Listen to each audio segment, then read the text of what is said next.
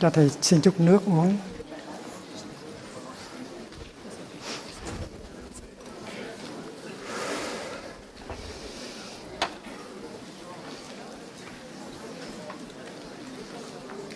Thầy ngồi bên nào con?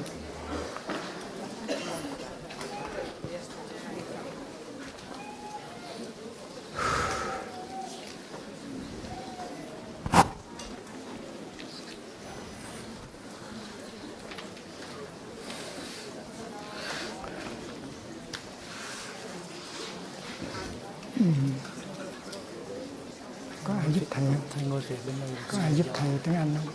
Dạ, để con rồi.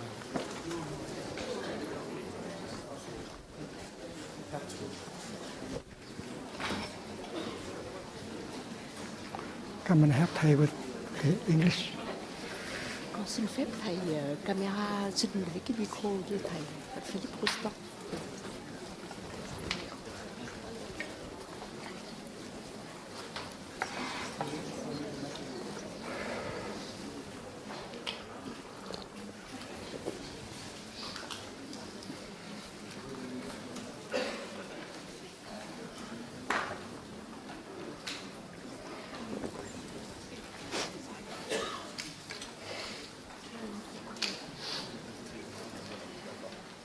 Bạn Thuan. Vui quá, ngủ được không? Dạ được, cảm ơn. Thầy hỏi chừng vài phút thiếu cái micro Asset. Yeah. Cái micro Asset Ok. Christophe. Ok, em làm được. Merci.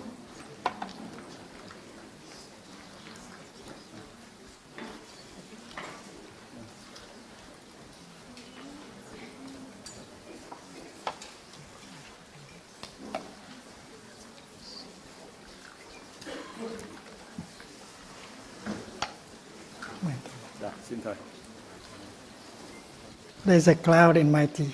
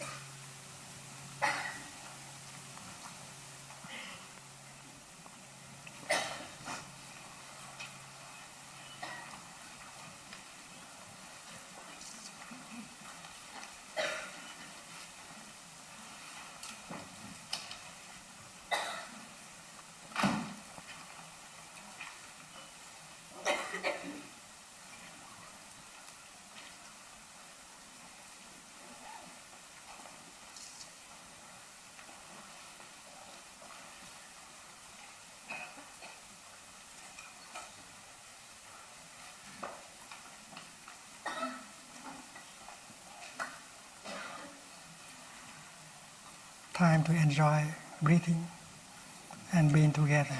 This is a happy moment.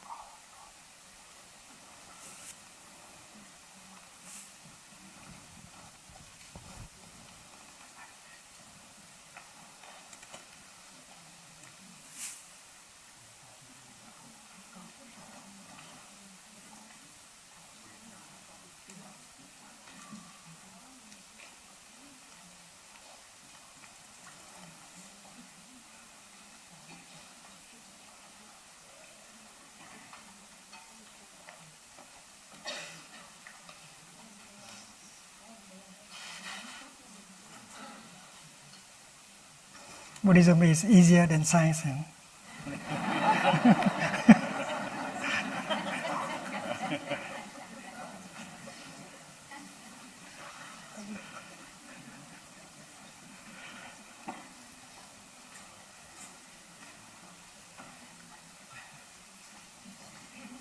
We're waiting. Is some technical detail waiting for Thai to have a micro for the film. So that's why we're looking for one now. Apparently, there's not enough.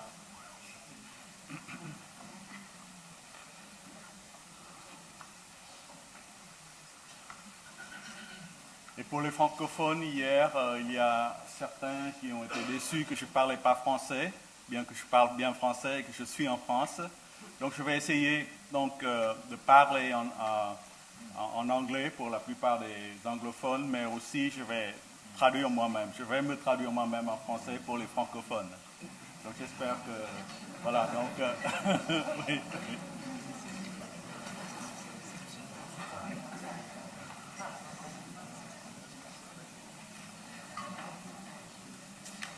Est-ce que Thầy doit se traduire en vietnamien aussi?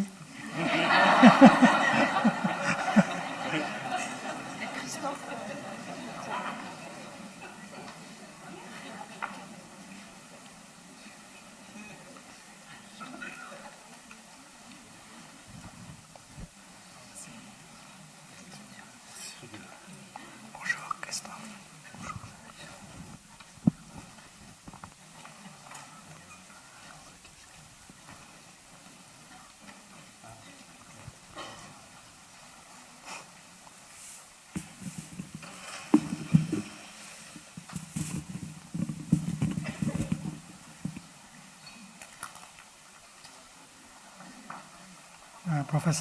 Professor Thuan has to go back to Paris to receive a prize, an award. So he cannot be with us for the lazy day tomorrow. And so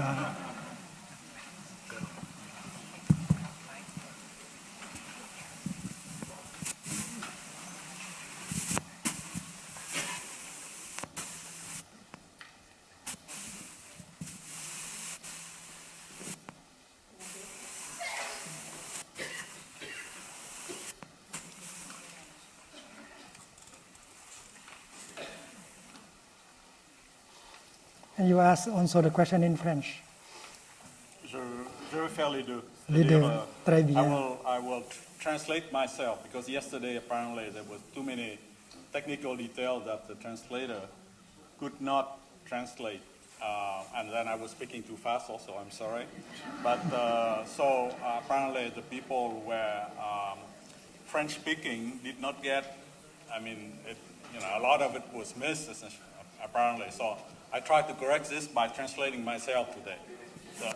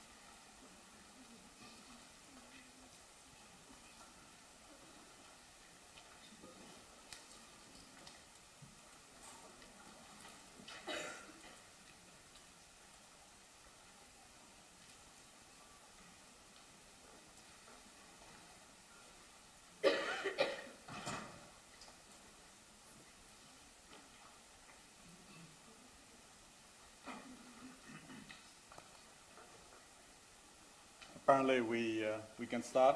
On peut commencer.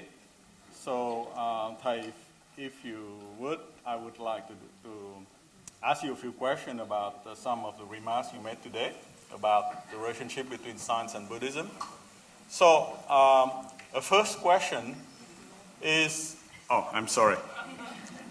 The first question is, you said that Buddhism said that one have to get rid of all knowledge, previous knowledge, prior knowledge, to have a clear mind. Of course, that's, I think that in science one have to temperate that, of course, to modify that slightly by saying that one should know things that were gone before, but keep a clear and open mind. That means it's not fixed. If you have to, since in the study of nature, you can always make new experiment, new observation, discovery of new galaxy, a new star, that may change all what you call in science a paradigm. Namely that, you have to have a common language first, so we can communicate with each other. So that's called a paradigm in the world of the historian of science, Thomas Kuhn. And then one's devise experiment and observation to test that paradigm, to see whether it fits or does not fit. If it does not fit, of course, you have to change the paradigm. And if it fits, then, it reinforces it. But of course, you cannot go with zero. I mean, in science, one construct like a house, you build bricks by bricks. Then you have Newton, and then Maxwell, and then Einstein, and then so on. You cannot go, of course, to start from zero every time. Then you don't have a common paradigm even to talk about and to devise experiment. So I would say that in the scientific method, one should be aware of what's going on before, all the work, all the ideas that have been proposed, but of course keep a clear and open mind. So would you agree with that? Bon. Avant sa réponse, je vais maintenant traduire ma question pour les francophones. Donc, Thai a dit dans son enseignement aujourd'hui que le bouddhiste dit qu'il faut éradiquer toute connaissance de son esprit. Bien sûr, ça ne peut pas être le cas quand on pratique la science. Il faut être au courant, bien sûr, de ce qui s'est passé, de toutes les idées, toutes les théories qui ont été proposées auparavant, de Newton, en passant par Maxwell, en passant par Einstein, parce qu'on ne construit pas en science un édifice toujours de zéro. On fabrique brique par brique un édifice, et puis bon, la relativité ne détruit pas la théorie de gravitation de Newton. Il la renforce ou en est une extension dans des cas différents, comme des vitesses beaucoup plus grandes ou une gravité beaucoup plus grande, comme autour d'un trou noir, par exemple. Donc, il ne faut pas... moi, je pense qu'il faut modifier cette phrase à propos de l'activité scientifique. On ne peut pas partir de zéro tout le temps. Donc, c'est ma question donc, à Thai. Donc, est-ce qu'il est d'accord avec ce point de vue ou non?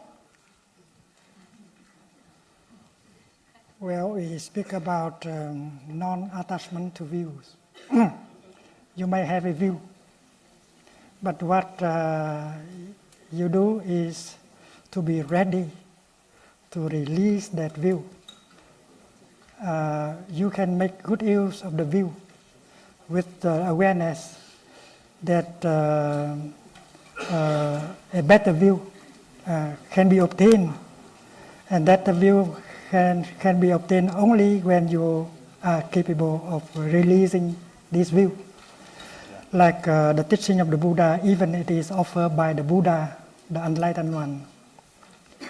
You have to make good use of that. You have to, the teaching is in form of a spoken language, and you should not be caught by the teaching. You should use the teaching skillfully in order to apply to your practice. because that teaching is not the ultimate thing. That is only an instrument, a means in order to arrive at an end. The teaching is compared to be a finger pointing to the moon. If you are caught by the finger, you can never see the moon. That is why you have to be very skillful to use that kind of teaching in order to attain the knowledge.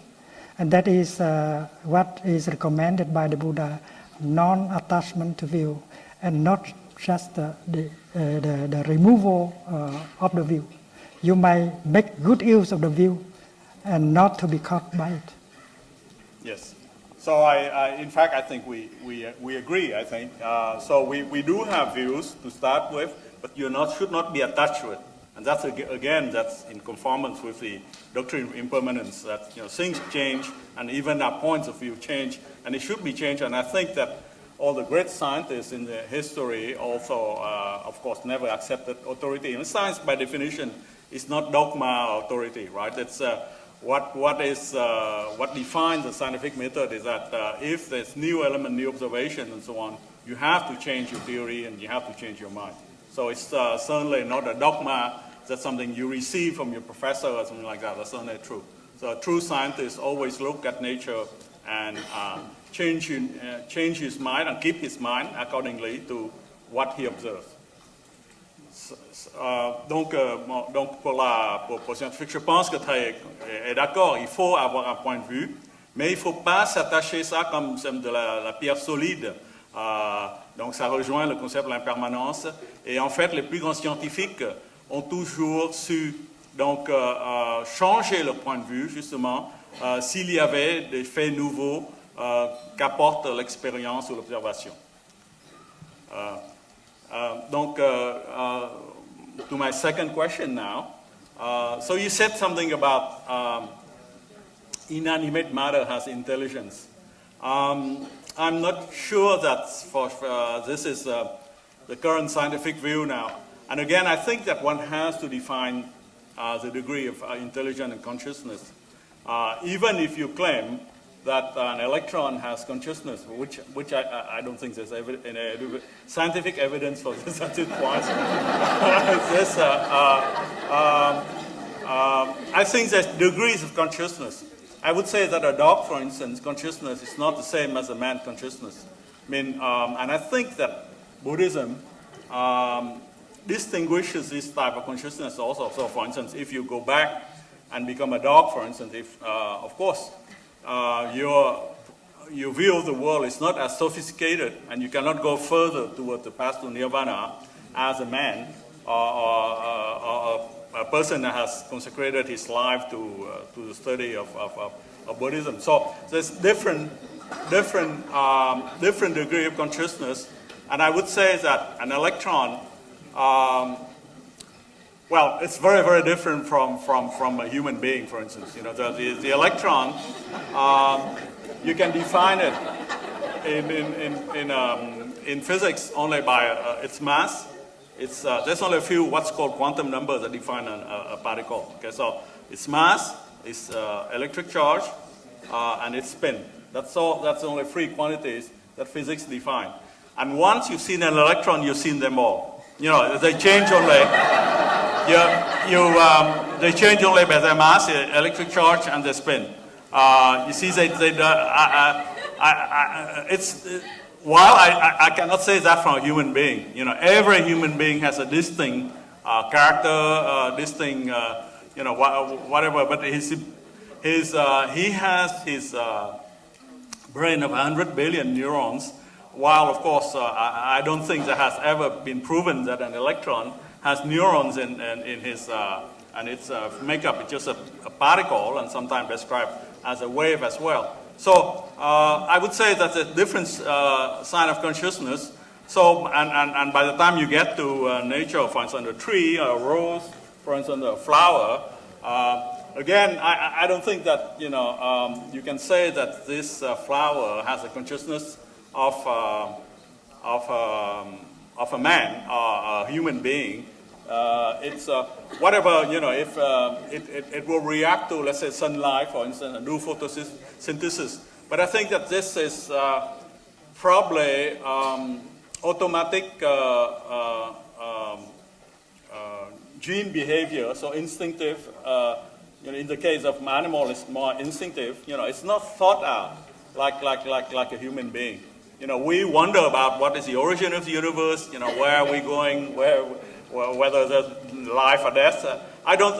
What happened after our death. But I don't think a dog or a cat asks himself that question. You see, so there's of course, I don't speak cat, but I don't think that cat would ask himself this question. Of course, I don't see cats producing Beethoven symphony or painting, Monet things. Of course, I think the chimpanzees are genetically very closest to us. I think they share 99.9% of our genes, for instance, have some human notion. I mean, I think that they appreciate beauty. I think that we've seen bands of chimpanzee, being struck by the beauty of a sunset, a sunrise, for instance.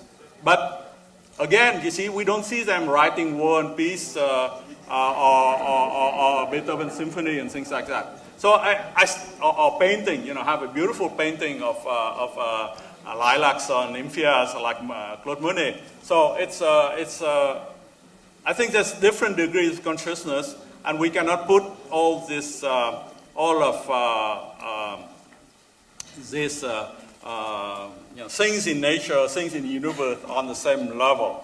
Okay, so again, then I would ask you, what is your opinion on that? Would you say that still that an electron is the same as a human being? I would not say so. So let me translate this now. So ma deuxième. Ça va. Je sais pas. Pour les francophones, est-ce que vous voulez que je traduise ou c'est suffisant? Hein? On a suivi. Vous avez suivi? Non? Donc, il y a des gens qui veulent la traduction. Sommairement. Oui, sommairement. Donc, j'ai demandé à Thich. Donc, lui, il a dit que, par exemple, un électron est conscient.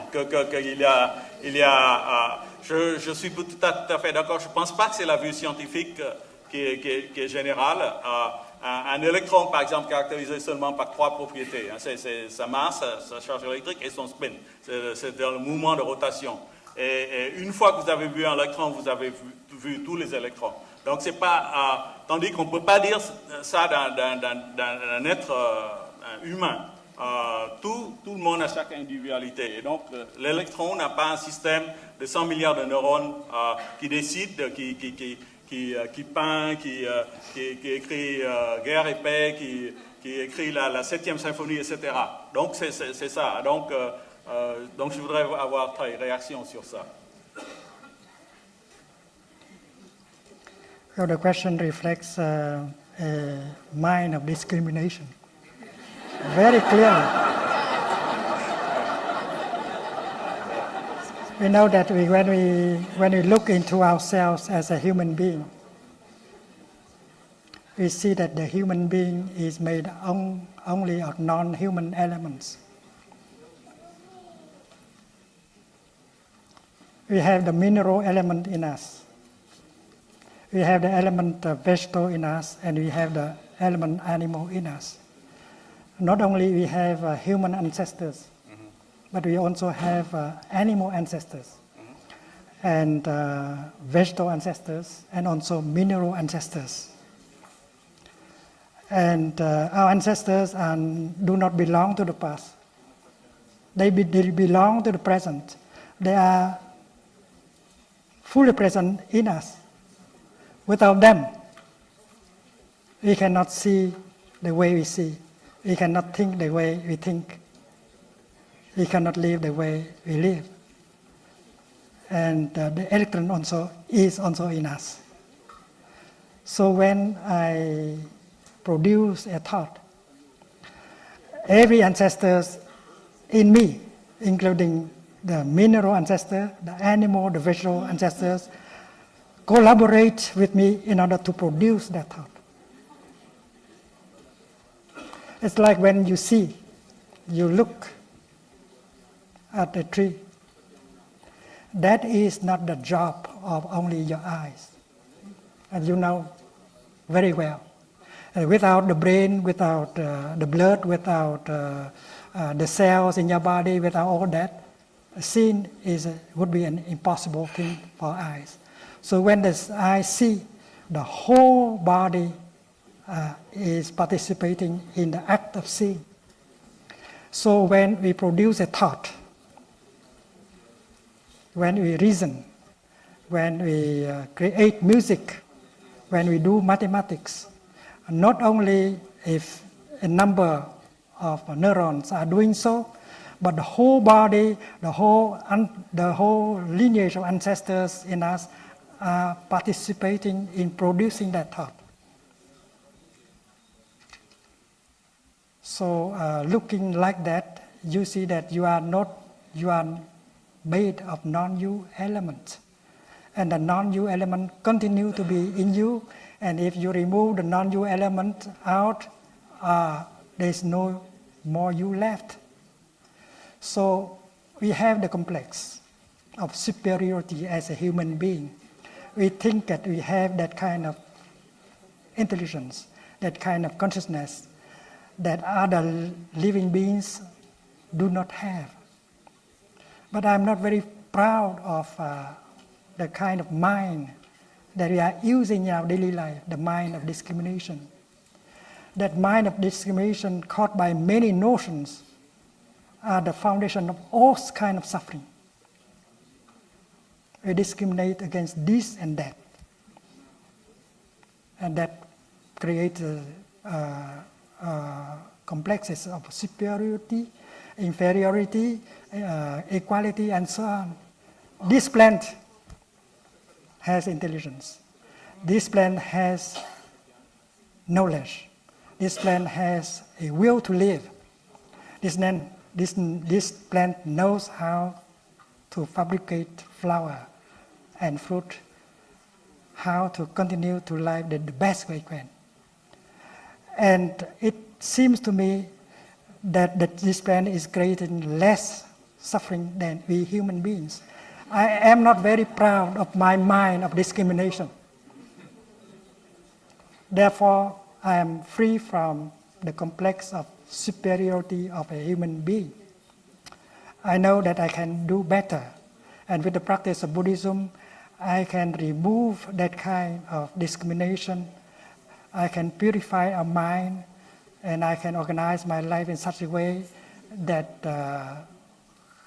can bring more happiness, that can prevent suffering, that would not push me into creating suffering for myself and for living beings. And that is why when you produce a thought, Mother Earth is producing that thought together with you. Don't say that you are alone producing that thought. Mother Earth is in you, and she is at the foundation, and she is producing that thought with you at the same time. So this thought is not your property. This thought that is just produced is a property, is a creation of the whole earth. And not only the earth, the sun also. Because without the sun, the earth cannot be herself. And she is not able to create you, to bring you into existence. So that is the mind of non-discrimination. As far as you use the mind of discrimination to judge and to organize, you continue to create suffering. That is why it's so important to learn how to remove notions that are at the foundation of separation and discrimination. Well, I completely agree with you that, of course, I'm existing here, and my atoms, of course, participate in every fiber of me. And, yesterday I told you that we are all the children of stars. I mean, I'm very aware of that cosmic connection, that we will not be here if not for the stars and the fine-tuning of the cosmos, like explained to you before. That's good science. That's good science. So I will. I certainly agree with that, but I still, worry about, putting everybody at the same level. It's not a complex of superiority. It's just, a scientific observation. So in science now we have what is called the science of complexity, or the science of emergent property. So you cannot, if you put together an ensemble of particles, although they are inanimate, something can happen. So you cannot just describe yourself as just the sum of particles. Something more happens, and I think that's consciousness. So it's what once you reach beyond threshold of complexity, and here this is the neuronic connection and the genetic connection and the cell connection, also all these things. There's something more that happens. So you're more than the sum of what you're made of. So that's something that a lesson that modern science has taught us, and I think that we have to take. That's called the science of complexity. It's emergent property. Okay, so some properties that you cannot if you look at a particle, you cannot have this property. But once you put billions of them together, which is the case in your body, and especially billions of them in neurons in our head, then there's something more that happens. So that's the science of. So I mean, I'm aware of what Thich is saying. Of course, I mean, we are all interconnected, the interdependence, and I'm aware that I'm brother of this flower because we are all made of the same atoms. But I still think that there's different degrees of consciousness, and that's for the moment what science seems to be telling me. Yeah. Sorry. Donc, en fait, je suis tout à fait d'accord avec ce que Thich a dit, bien sûr, et que loin de moi de nier que je suis fait de milliards de particules qui ont été faites et d'atomes qui ont été générés par les étoiles. Hier, je parlais que nous sommes tous des enfants des étoiles, que nous partageons tous la même géologie cosmique, et que nous sommes les frères des fleurs et les cousins des bêtes sauvages. Donc nous, et de la Terre, et même de la Terre, qui nous a nourris, bien sûr. Et donc voilà, je suis tout à fait d'accord avec ça. Mais en science aussi, il ne faut pas oublier que une fois que vous combinez un ensemble de nombre de particules, il y a des propriétés qu'on appelle émergentes qui surgissent qu'on ne peut pas deviner au niveau de particules élémentaires. Donc, quand on les met, les particules élémentaires ensemble, il y a des propriétés qui émergent. Et donc, par exemple, c'est ce qu'on pense, certains neurobiologistes pensent que notre conscience surgit donc des collections neuronales qui sont dans notre cerveau. Donc, voilà. Donc, bien sûr, je suis complètement tout à fait d'accord avec l'interdépendance des choses et que nous sommes tous liés en d'autres. Mais il y a des propriétés émergentes dont il faut tenir compte aussi, de la matière. Bon, alors, troisième question. Je ne sais pas combien de questions j'ai droit, combien de temps pour répondre à tout ça. Bien sûr, c'est infini. Hein. Donc, c'est comme en science. Une fois que vous avez une réponse, il y a des milliers d'autres questions qui surgissent. Donc, le but n'est jamais atteint. C'est ça qui fait la grandeur de la science. On est toujours en plein mystère, quoi. Plus on résout les mystères, plus il y en a plus. Bon, alors donc maintenant je vais demander à Thich quel est le concept du temps dans le bouddhisme. Le temps est un concept très profond en physique, hein, c'est-à-dire on a l'impression que le temps passe, qu'il y a un passé, un présent, un futur, mais en fait en physique le temps est là. Il ne s'écoule pas, parce qu'en fait, ça veut rien dire s'écoule. Il s'écoule à quel rythme? Une seconde par seconde? Enfin, parce qu'en relativité, et ça, on l'a appris à partir de la théorie de la relativité d'Einstein, le temps n'est pas le même, n'est pas universel pour tout le monde. Donc, quelqu'un qui voyage vite, le temps se ralentit.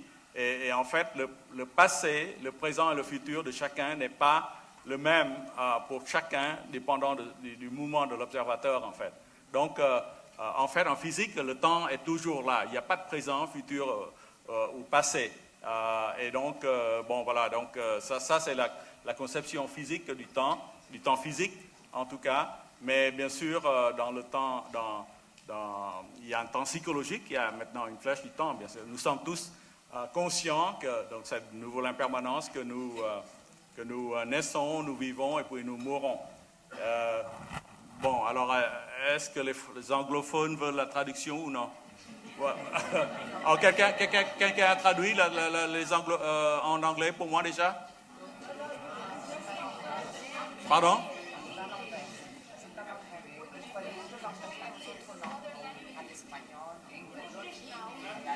So do I need to translate now into English? Yeah, okay. Yeah, English. Okay, so this is I want to ask you about the notion of time. Time is a very deep concept in physics, and yet you see, since relativity, special relativity of Einstein. We don't conceive time as flowing past us anymore. You know, in fact, you know, the question of time flow, like a river that go down the river, it's strange because then you ask yourself, what is the speed of time? You know, it's 1 second per second or something like that. But in fact, in relativity now, past, present, and future are always there because the past of somebody can be the future of somebody else, depending on its relative motion respect to the first observer. So time is not universal anymore. That's what relativity means, in fact.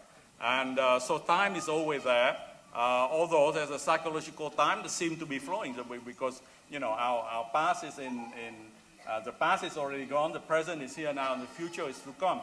So how does Buddhism conceive the notion of time?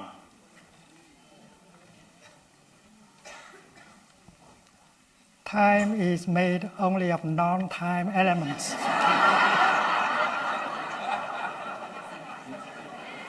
Including space, including matter, energy, action, force. Without these elements, time is not there. So time may be a mental construction. But the safest thing to say is that time is made of non-time elements. And if you remove all these non-time elements, including space and action and energy, time is no longer there. And then in the teaching of the Buddha, the past, the future, and the present, they inter-are. The present cannot be there without the past and the future. And the future cannot be there without the past and the present. They lean on each other in order to express themselves. It's like left and right. If you remove the right and the left, is gone also. The same thing is true with past, future, and present. And that is why when you look deeply and you know how to touch the present moment deeply, you touch eternity, you touch the past, and you touch the future. And as a good practitioner, you can touch the future in the here and the now. You can touch also the past in the here and the now. And you can also transform the past and transform the future by taking good care of the present moment. And this is not just theory, this is a practice. Suppose in the past you have said something not nice to your grandma.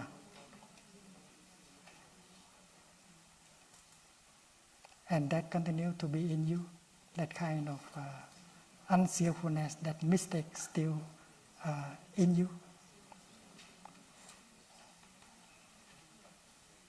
And you regret that you have said that thing to your grandma. And you regret that your grandma is no longer there for you to apologize. See? So you might think that the past is already gone and you can do nothing concerning the past. And that is not right thinking. In right thinking, if the past is not there, the present cannot be there. The past is always there in the present. And that is why your suffering continues. And then if you know the practice, you go practice breathing in mindfully, concentrating your mind, and touch the fact that your grandma is still in you, in every cell of your body. The nature of your grandma is the nature of no birth and no death. And your grandma is still available in every cell of your body. You are a continuation of your grandma. So with that insight, you say, Grandma, I'm sorry. I had said that. I vow, I promise you that from now on, I will never say something like that to anyone. And if you practice that, you can see your grandma smiling to you, and you are healed. And that means if you touch the present moment deeply, you touch the past, and you can even heal the past and transform the past. The past is still there for the present to be. And the same thing is true with the future. We know the future is made only of one substance, the present moment. And to worry about future, that does not help. The more you worry, the more you ruin your future. The better way is to take good care of the present moment in the best way you can. Because you know that the future is made only of the present. If you are doing your best in order to take care of the present, you are doing everything already for the future. So touching the present moment and taking care, good care of the future the best way you can, you touch the future. You are creating the future right in the here and the now. So in Buddhism, the nature of time is interbeing. Past, present, and future, they inter-are. You cannot take the past out of the present. You cannot take the future out of the past, and so on. That is the nature of interbeing. That is why every point of time contains eternity. Everything of time, every point of time carries within it past and future, and that the only mind of non-discrimination can touch. And if you continue to think that the past is already away, the future has not yet there is only the present moment for you, that is only a way of saying. That is why we can say, like the Avatamsaka Sutra, that one moment contains eternity. Not only time contains time, but time contains space and everything else that can be described as non-time elements. So it's very safe to say time is made only of non-time elements, and from that you can proceed.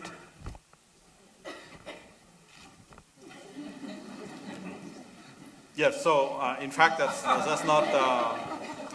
not in disagreement with relativity actually, because you know that one of the basic realization of Einstein is to integrate space and time. So space and time, we live in a four continuum space and time.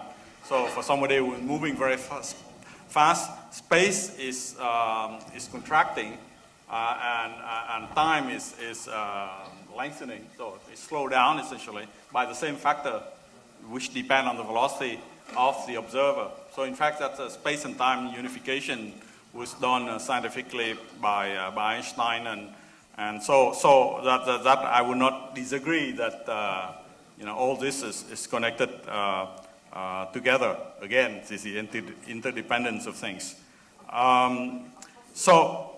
Again, do I need to translate that in French? No. Donc, en fait, j'abonde tout à fait dans le sens de Thich, c'est que en fait, ce que le bouddhiste dit, c'est que le temps est là tout le temps, le présent, le passé, le futur. Ils sont tous liés ensemble et même que le temps et l'espace sont liés. Et ça a été réalisé par la théorie de la relativité spéciale d'Einstein. Donc, il a unifié le temps et l'espace. C'est-à-dire quelqu'un qui voyage très très vite près de la vitesse de la lumière, son temps s'allonge. Donc le temps ralentit, mais l'espace se contracte du même facteur en fait, qui dépend de la vitesse de l'observateur.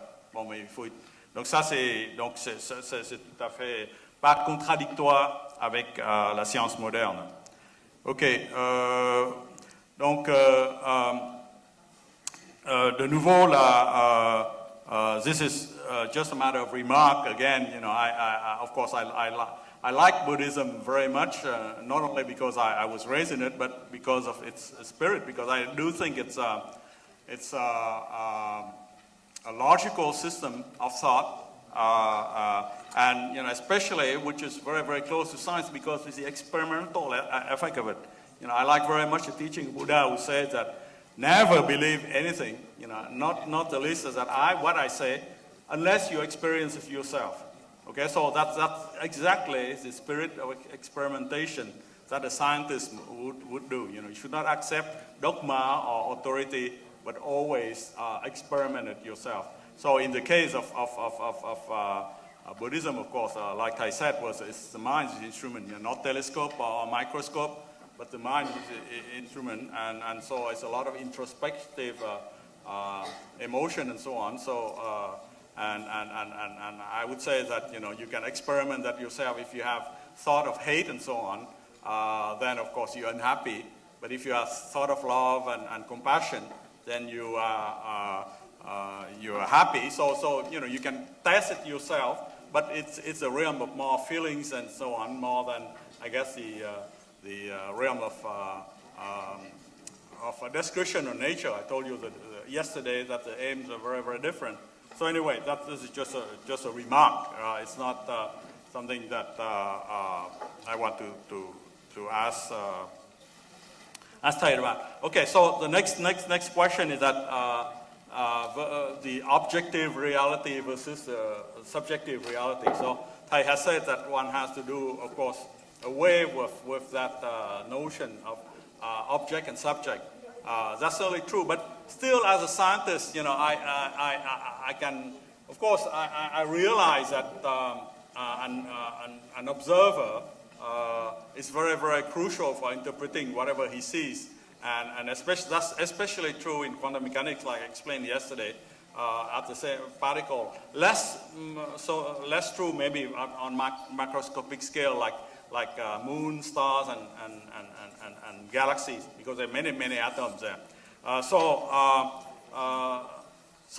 I would like to clarify this with Thich then. I mean, if you say that there's no objective reality independent of the mind, do you really believe that, you know, there's a moon up there, for instance? If you don't look at the moon does not exist? I mean, in a universe that there's no observer, and we know that there could be universe that have no observer consciousness, because that depends on, like I said, the fine-tuning of the physical constant that will produce stars, and stars produce heavy elements that will lead to life and consciousness. If you don't have that, this fine-tuning, this combination, then some multiverse, some other universe, parallel universe, could be completely devoid of life and consciousness. And then, do you really believe that that world does not exist because a mind does not exist in that world? Does the moon not exist because we don't look at it? We do not believe in the notion of existence, of being and non-being. It's very clear that we cannot look at the world in terms of being and non-being. This is very clear in Buddhism. A right view is a kind of understanding free of the notion of being and non-being. So your question is that, do I believe in the existence of the moon outside there? But we go around, we cannot get out, because you are still caught in the notion of being and non-being. Like this morning I said, one of the questions that philosophers and scientists used to ask is, why is there something rather than nothing? That question proves that the person who is asking it is still caught in the notion of being and non-being. So the ultimate reality is free from both notion of being and non-being. It is very clear that to be or not to be, that's no longer the question in Buddhism. So it's like asking whether God exists or not. You can say God exists, or God does not exist. But in Buddhism, that is meaningless talk. Because as ultimate reality, God should be free from both notions of existing or non-existing. To say that God exists is wrong, and to say that God does not exist is equally wrong. But that way of looking and thinking is so rooted, deeply rooted in the human mind. That is why we cannot be free easily. We need practice in order to get rid of the notion of being and non-being. And it is very clear that in Buddhism, you are recommended to train yourself in order to get rid of all these notions, birth and death, being and non-being. Otherwise, you are still caught in the realm of notions and you continue to suffer. A practitioner is not a philosopher. And that is why to get free from notions of being and non-being is a very crucial. And I think a good scientist may be inspired, motivated by desire to get rid of his mental categories, that he will be able to touch the ultimate reality. As far as you are caught by these mental categories, notions, the ultimate reality, le réel, still is something out of reach.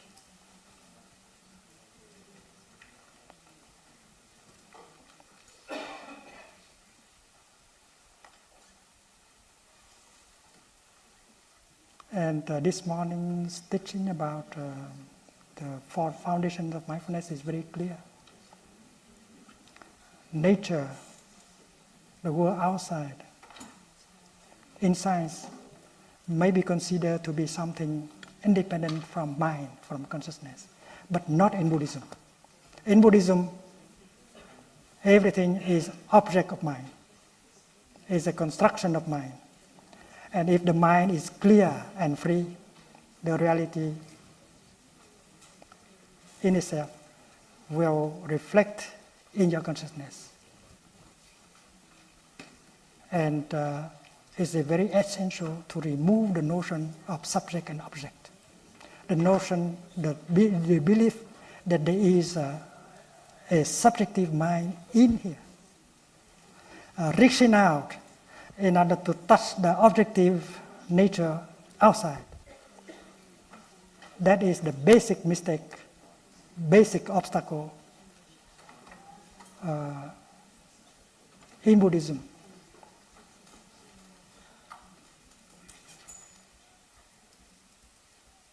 And that is why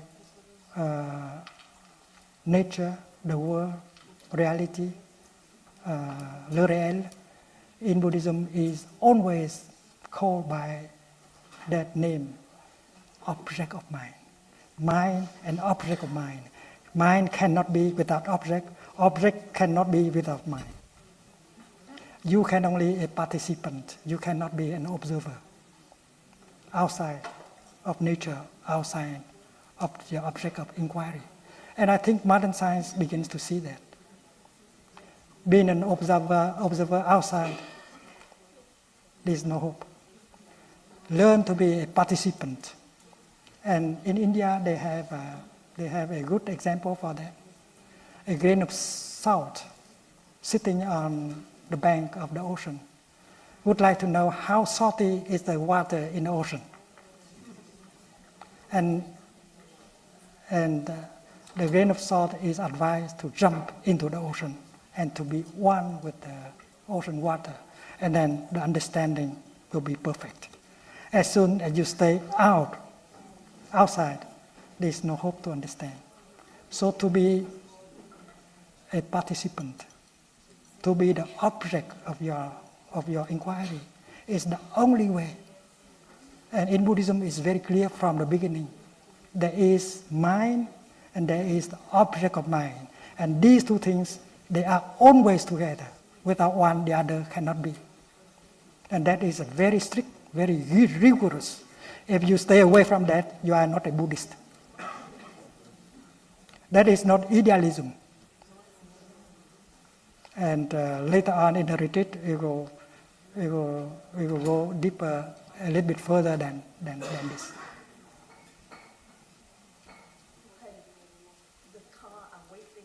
Mm-hmm. Yeah. There is no walking meditation today.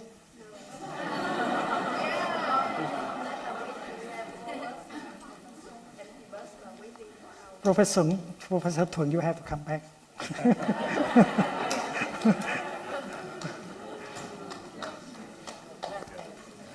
And hope you to see you again soon. Thank you for coming with us and share. This is a family of practitioners.